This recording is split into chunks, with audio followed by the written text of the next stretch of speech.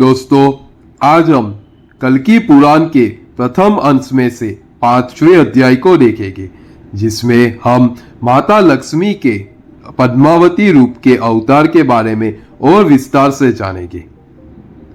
सुक ने कहा, बहुत समय बीतने पर अपनी पुत्री पद्मावती को यौवनावस्था में प्राप्त होते देखकर बृहतराज पाप की शंका से चिंतित हो गए। राजा ने अपनी रानी कौमुदी से कहा, हे सुभगे, पद्मा के विवाह के लिए उत्तम कुल में उत्पन्न किसी शीलवान राजा को स्वीकार करूं। उस देवी कौमुदी ने अपने पति से शिवजी द्वारा कहे गए वचन को कहा कि इससे पति भगवान विष्णु होंगे, इसमें संशय नहीं है। रानी के ये वचन सुनकर राजा ने प्रश्न किया, सबके हृदयों में वास करने वाले विष्णु भगवान इस कन्या के साथ प्राणी ग्रहण कब करेंगे? हे कौमुदी, मेरा ऐसा कोई भाग्य उदय नहीं हुआ है कि जिससे वेदवती के पिता तपस्वी मुनि की भांति स्वयंवर सभा में भगवान विष्णु को दामाद के रूप में वर्णन कर सकूं। देवासुर संग्राम में समुद्र मंथन से पैदा हुई पद्मा लक्ष्मी की भांति भगवान विष्णु इस स्वयंवरा पद्मावती को ग्रहण करे, ऐसे प्रयत्न में करूंगा।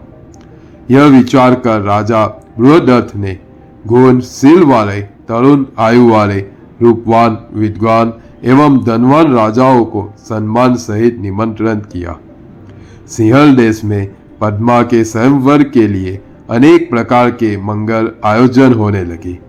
राजाओं के निवास के लिए विचार कर उपयुक्त स्थान सज्जित किए जाने लगे और विवाह के लिए निश्चय करने वाले समस्त राजा सोने और रत्न आदि के आभूषणों से सज्ज धज कर अपनी सेना सहित सिंहल देश में आने लगे। वे महाबलवान राजागण रथ, हाथी और घोड़ों पर सवार होकर वहां उपस्थित हुए। सफेद छत्रों से उन पर छाया की गई और सफेद चौवरों से उन पर हवा की गई। शस्त्र और अस्त्रों से तेज से दमकते हुए राजागण इंद्र सहित देवतागण की भांति प्रतीत हुए।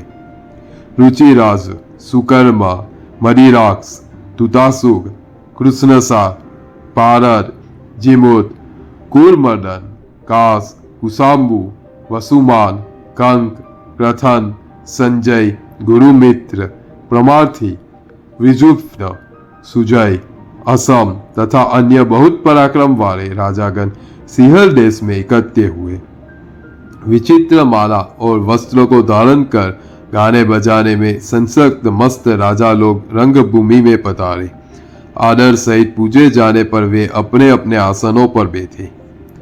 नाना प्रकार के भोग और सुखों के आसक्त रमणीय चरित्र वाले और सबको प्रसन्न करने वाले राजागण को देखकर राजा बृहत ने श्रेष्ठ वर का वर्णन करने वाली अपनी कन्या को स्वयंवर स्थल में बुलाया। गोरी, चंद्रमुखी, श्यामा, रमणीय हार से शोभित होकर मणि, मोती, मुर्गों के सभी अलंकारों से शोभित पद्मावती क्या मनमोहिनी माया है, या स्वयं कामदेव की प्रिय पृथ्वी पर आई है।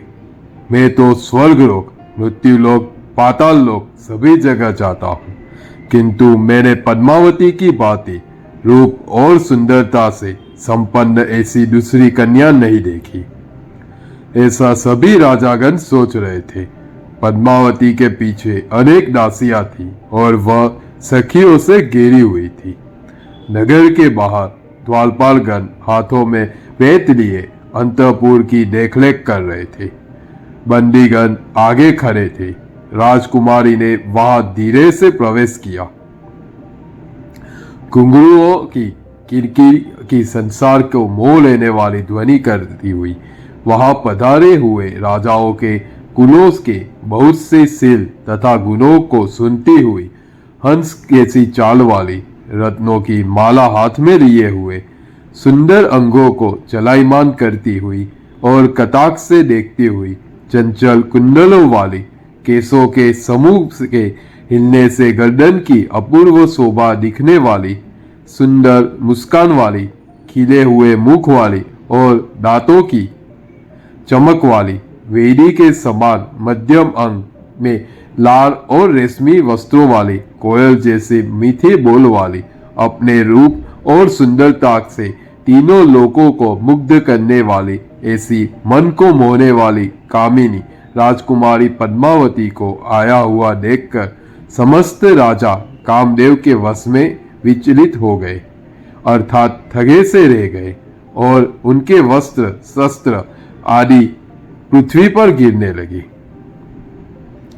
काम विमोहित होकर वासनामय दृष्टि से देखने पर और वैसा स्मरण करने से उनका रूप सुंदर अंगों वाली स्त्री का हो गया।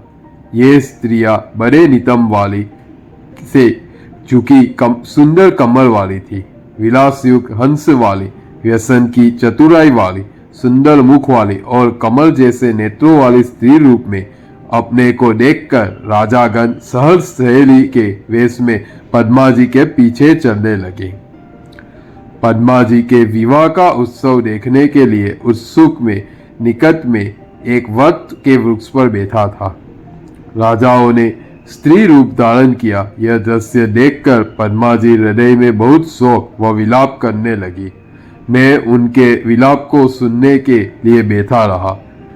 हे संसार के स्वामिन, मंगलमय विवाह उत्सव के इस प्रकार समाप्त हो जाने पर पद्मावती मन में शरणागत की रक्षा करने वाले शिव जी का ध्यान कर जैसे दुखी हुई, मैंने उसे सुना है। हे कल्की जी, उस करुणा से भरे विलाप की कथा को आप सुनिए। पद्मावती ने देखा कि सभी राजागण उनको देखकर हाथी घोड़े रथ को छोड़कर स्त्री रूप धारण करते हुए सहेली बनकर उनके साथ साथ चलने लगे। पद्मा जी यह दृश्य देखकर दीन भाव से आभूषणों को उतारकर पांव की उंगली से पृथ्वी को कुदेरने लगी। फिर पद्मा जी महादेव जी के वरदान को सफल करने की इच्छा से संसार के स्वामी श्री हरि भगवान का पति भाव से ध्यान करने लगी।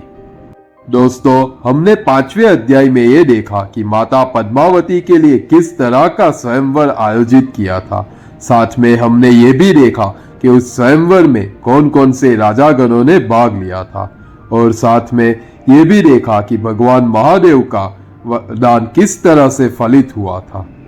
आने वाले 6ठे अध्याय में हम देखेंगे कि स्वयंवर के असफल होने के बाद पद्मावती जी ने विलाप किया। साथ में हम ये भी देखेंगे कि माता पद्मावती ने अपने स्वयंवर को असफल होता हुआ देखकर फिर से महादेव की आराधना की। अब आने वाले अध्याय को जानने के लिए और कल्की पुराण के ज्ञान को ग्रहण करने के लिए आप हमारे साथ बने रहिए। आपको अगर हमारा वीडियो पसंद आता है तो लाइक, शेयर और सब्सक्राइब कीजिए। हर हर महादेव।